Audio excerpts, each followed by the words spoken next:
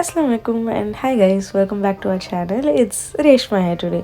So in today's video we are going to see the continuation of my Dubai series vlog, and this is vlog number 7. So இன்னைக்கு vlogல என்ன பார்க்க போறோம் அப்படினு பாத்தீங்கன்னா I went in Palm monorail. Palm monorailனா என்னன்னா it's like a metro.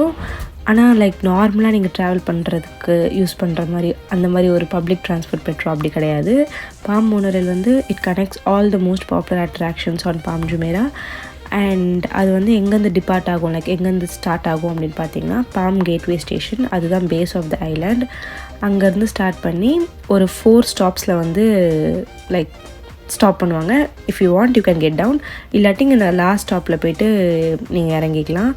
என்னென்ன stations அப்படின்னு பார்த்தீங்கன்னா Golden Mile Galleria, Al Ittihad Park, Nakheel Mall, and last stop வந்து த பாயிண்டி அக்வா வென்ச்சர். அதுதான் வந்து Atlantis, the Palms most popular water park.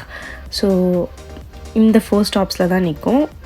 இந்த 4 ஸ்டாப்ஸில் நீங்கள் எதில் வேணுமோ அங்கே இறங்கிக்கலாம். இட்ஸ் ஜஸ்ட் லைக் ஒரு 15 மினிட்ஸ் ரைட் மாதிரி தான்.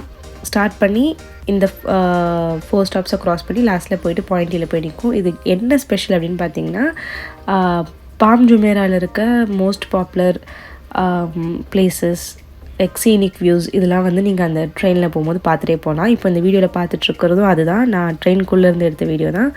நீங்கள் அந்த பாம் ஜுமேரா ஐலாண்டே வந்துட்டு சும்மா ஒரு ரவுண்டு மட்டும் அடிக்கணும், பார்த்தா போதும் அப்படின்ற மாதிரி இருக்கீங்க அப்படின்னா you can take this train. அது ஒரு நல்ல ஒரு ரைடு மாதிரி இருக்கும்.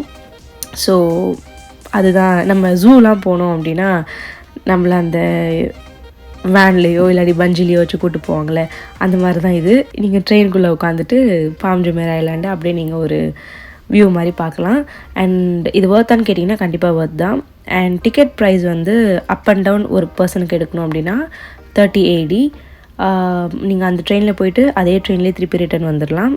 அதே ட்ரெயினில் ஆஸ்இன் லைக் 15 மினிட்ஸ் டைம் இன்டர்வெல்லில் வந்துட்டு அடுத்தடுத்து ட்ரெயின் வந்துகிட்டே இருக்கும். ஸோ இதுதான் அந்த லாஸ்ட் ஸ்டாப் பாயிண்டி சொன்னேன்ல, அதுதான் இந்த ஸ்டாப்.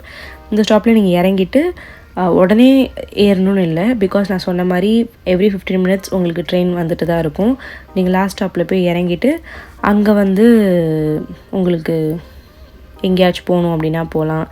அங்கே பக்கத்துலேயே வந்து பீச்லாம் இருக்கும். ஸோ அதெல்லாம் பீச் தானே அது ஃபுல்லாகவே. ஸோ நீங்கள் அங்கே இறங்கிட்டு நீங்கள் என்னெல்லாம் பார்க்கணுமோ அதெல்லாம் பார்த்துட்டு கொஞ்ச நாள் டைம் ஸ்பெண்ட் பண்ணிட்டு அதுக்கப்புறம் அங்கேருந்து கிளம்பி நீங்கள் திருப்பி அதே ட்ரெயினில் வந்து இறங்கிட்டீங்க அப்படின்னா அது ஒரு ரைடு கம்ப்ளீட் ஆன மாதிரி இருக்கும். அண்ட் அது பப்ளிக் ட்ரான்ஸ்போர்ட்டுன்றதுனால first come first serve basis தான் வந்து சீட் இருக்கும். அண்ட் அது ரொம்ப பெரிய ட்ரெயின்லாம் கிடையாது. எனக்கு தெரிஞ்சு ஒரு 30 to 40% ஆக்குபை பண்ணுற மாதிரி ட்ரெயினாக தான் இருக்கும். ஸோ அது நான் சொன்ன மாதிரி ரொம்ப லாங்கான ரைட் கிடையாது. உங்களுக்கு கொஞ்ச நேரம் தான் இருக்கும். நீங்கள் நின்றுட்டே கூட போகலாம், பிரச்சனை இல்லை. பிகாஸ் நீங்கள் அதை பார்க்குறதுக்கு தானே போகிறீங்க.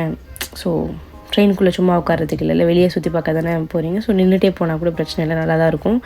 அண்ட் நான் என்ன பண்ணேன் அப்படின்னா லைக் டிக்கெட் எடுத்து லாஸ்ட் ஸ்டாப் பாயிண்டி அங்கே போய் இறங்கிட்டு அங்கே பக்கத்தில் வந்து போர்டு வாக்குன்னு ஒன்று இருக்கும். போர்டு வாக்குனால் ஒன்றும் இல்லை, பீச்சுக்கு சைடில் வந்துட்டு உடன் பிளாட்ஃபார்ம் மாதிரி இருக்கும். கொஞ்சம் லாங்காகவே இருக்கும்.